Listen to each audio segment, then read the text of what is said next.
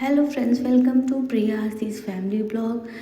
इतनी तैयारी में मैं आप लोगों तक ये वीडियो पहुंचा नहीं पाई, सो आज मैं आपको दिखाती हूँ कि नवरात्रि की डेकोरेशन हो चुकी है और मैं ये पूरा डेकोरेशन आपको दिखाती हूँ। बहुत जल्दी जल्दी में सब हुआ है। फ्रेंड्स, कल है हमारे घर मुंडन, उसके बाद फिर रामायण की तैयारी होगी, उसके बाद रामायण है और मैं आपको दिखाती हूँ ये अपना गार्डन एरिया छोटा सा जो मैंने बनाया है।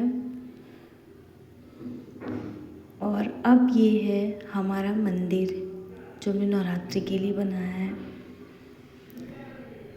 ये हमारा प्यारा सा मंदिर कैसा लग रहा है प्लीज़ आप लोग कमेंट करके ज़रूर बताना और प्लीज़ इसे लाइक करना ताकि मैं आगे मुंडन वीडियो और रामायण की वीडियो भी आप तक पहुंचा सकूं।